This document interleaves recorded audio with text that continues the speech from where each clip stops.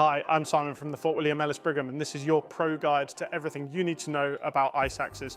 Whether you're walking or full climbing or somewhere mountaineering in between, this is what's going to give you the best idea of what you need. So today we're going to talk about 4 different types of ice axes, whether we're going to be winter walking, easy alpine mountaineering, easy alpine climbing, or steep technical ice and mixed climbing. The type of axe you're going to choose depends on which environment you're going to be in, what type of terrain you're going to be looking at. There's also some more personal factors to consider. Your overall experience, your physical height and stature, whether you're going to go for a longer or a shorter axe, and your overall build, whether you're going to want something that's going to be heavier with a more powerful swing, or whether you're wanting something a bit lighter so you don't have to work quite as hard. The other factor to consider is progression. Are you just starting out and want something easy, or are you looking for something that's going to develop with you as you progress through your career? So we're going to talk about winter walking axes. This is your classic straight shafted axe.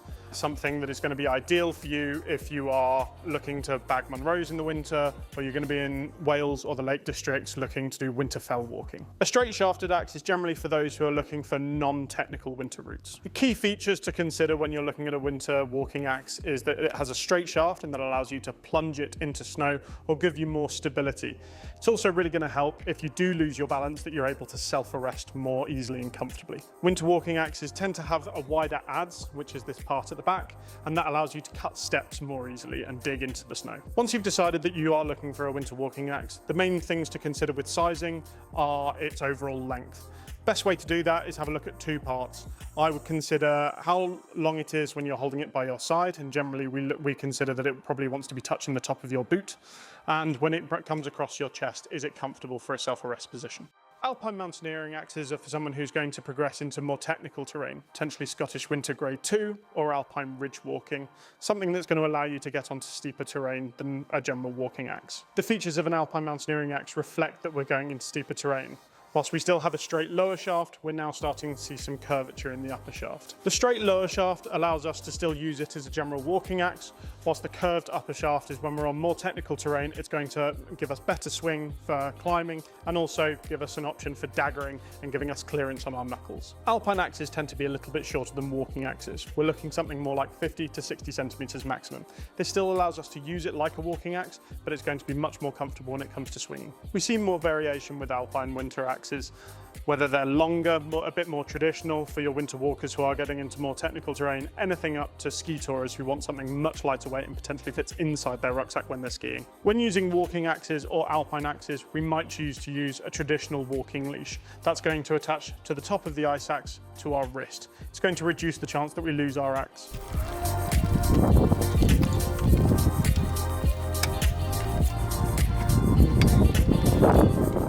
When we're choosing a technical axe, we're going to be looking at being in much steeper terrain. We're looking at easy ice climbing and Scottish Winter Grade 3, potentially anything up to about Grade 7. Technical ice axes are going to have a much more aggressive shape. We're going to see more curvature in the shaft, and we're going to see a steeper point on the drop. That's going to allow us to put better placement, clearing any obstacles, and allow us to hang more easily. We're going to see some other features on technical ice axes, such as a more comfortable grip with a grip rest, and potentially things like a trigger. That's going to allow us to hang off steeper terrain. Some technical axes are going to have an adjustable trigger where you can move it up and down the shaft. Some will be in a fixed point. Our standard approach when using technical axes is that we're going to be using them as a pair. We're going to have one with an adze and one with a hammer. The adze is going to allow us to still cut steps in snow, and it's also going to allow us to clear any debris that's in our way. The hammer we're going to use when placing protection, whether it's making sure our hexes are seated or we're going to be securing our pitons into thin cracks. When using technical axes, we might want to utilize our elasticated leashes. That's going to attach to the bottom of the axe to the front of your harness. That's going to reduce the risk of us losing our axes by dropping them, whilst not hindering us as we're climbing. Offset axes are when we're looking to climb the steepest terrain. This is whether we're dry tooling, steep ice climbing, or mixed. They're going to feature an offset handle. This is going to give you a more comfortable and stable wrist position so that when you are hanging off that steeper, more skittish terrain, you have more control. Climbing axes are always going to end up being used as a pair. They only ever tend to feature hammers on the back in a pretty minimal structure, and they're not going to be using an adze. The adze is going to be unnecessary in this terrain and might actually be getting in the way when you're swinging. Whilst climbing axes don't feature adzes because they're unnecessary on steep ground, do be aware when using climbing axes that they're not shaped in any way for walking, and that's going to potentially hinder you on your walk in to your climbing route. Offset climbing axes are typically used without leashes. This is going to give us more freedom of movement with less getting in our way. We're also going to be in more technical terrain where we might be wanting to get the axe out the way so that we can use our hands.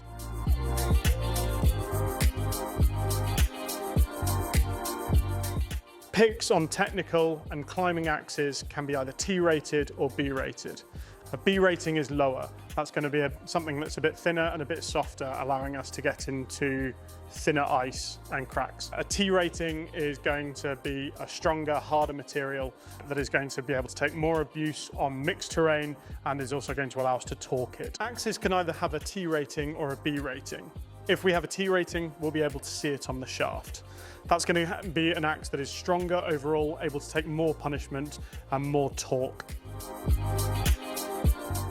Other than offset climbing axes, all axes will give you the option to have an adze.